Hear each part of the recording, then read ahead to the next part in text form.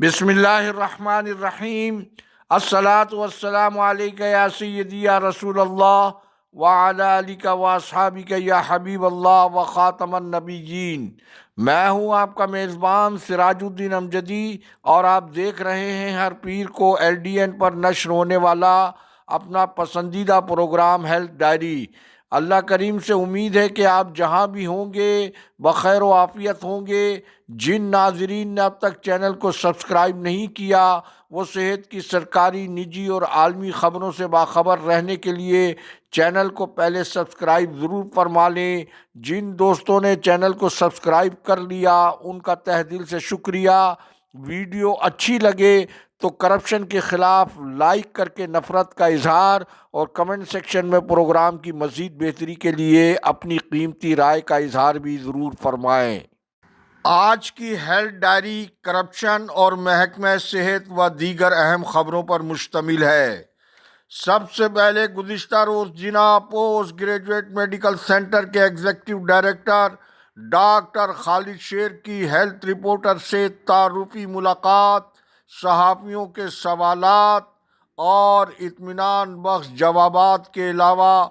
سب سے بڑی بات ان کا ایک نکاتی مریض دوستی پر مبنی روڈ میپ در حقیقت ایک سچے مسیحا کا وہ عزم ہے جس کی کامیابی کے لیے ہیلتھ رپورٹرز کو تعاون کر کے اپنی پیشہ وارانہ صلاحیتوں سے مریض اور ہسپتال کی انتظامیہ کے مابین پل کا کردار ادا کرنا چاہیے، اور ہسپتال میں ذاتی مفادات کے حصول کے لیے جو عناصر بھی غریب مریضوں کے وسائل کو لوٹنے کی رکی ہوئی کارروائی کو دوبارہ سے شروع کرنے کی کوششوں میں مصروف ہیں، انہیں پروفیسر شاہد رسول کی موت سے سبق سیکھ کر اب توبہ کر لینا چاہیے، اور اللہ کی توبہ کا دروازہ سب کے لیے موت کی آخری ہچکی تک کھلا ہوا ہے۔ ناظرین کرام، صدر مملکت اسلامی جمہوریہ پاکستان آصف علی زرداری کی جانب سے عالمی یوم انسداد بدعنوانی کے موقع پر یہ دبنگ اعلان کرپشن ملک کے لیے ناسور اور تباہ کن ہے۔ ملک کی فضا میں جہاں مذکورہ بیان کی گھن گرج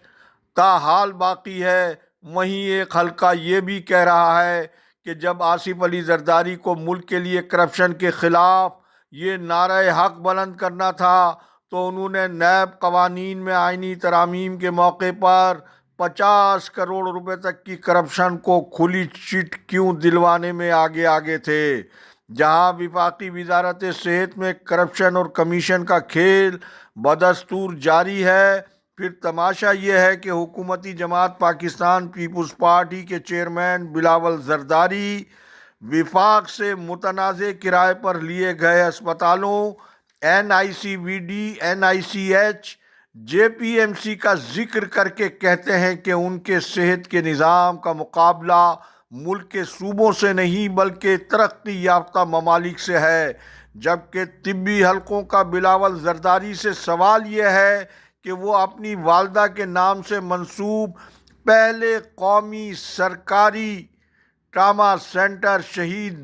محترمہ بے نظیر بھٹو ٹراما سینٹر،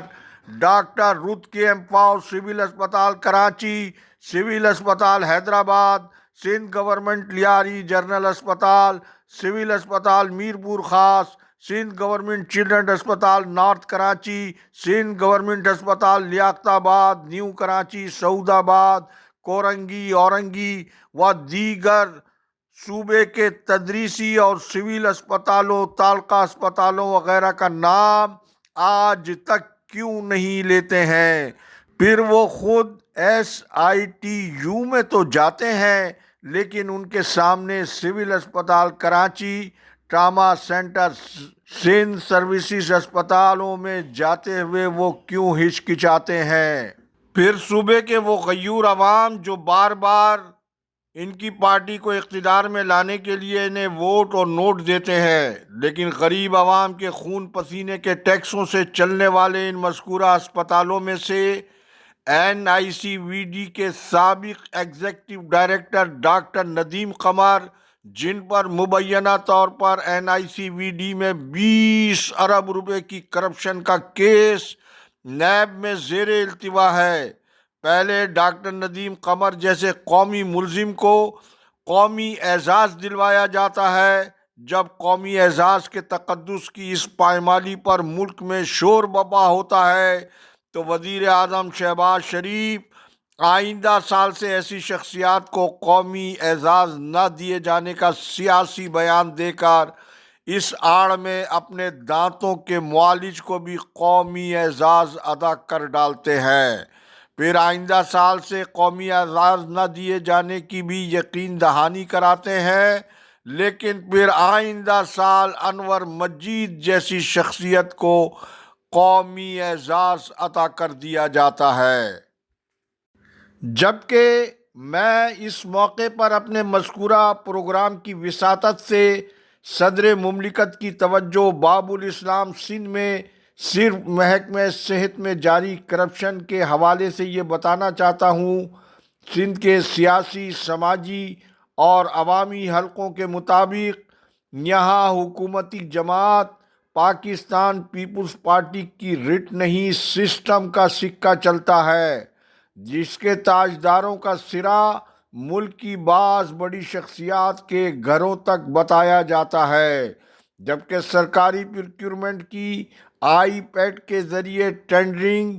دیگر صوبوں میں گزشتہ سال سے شروع ہو چکی۔ سندھ میں یہ عمل رواں مالی سال سے ابھی مکمل طور پر کم از کم محکمہ صحت میں تو شروع نہیں ہوا ہے،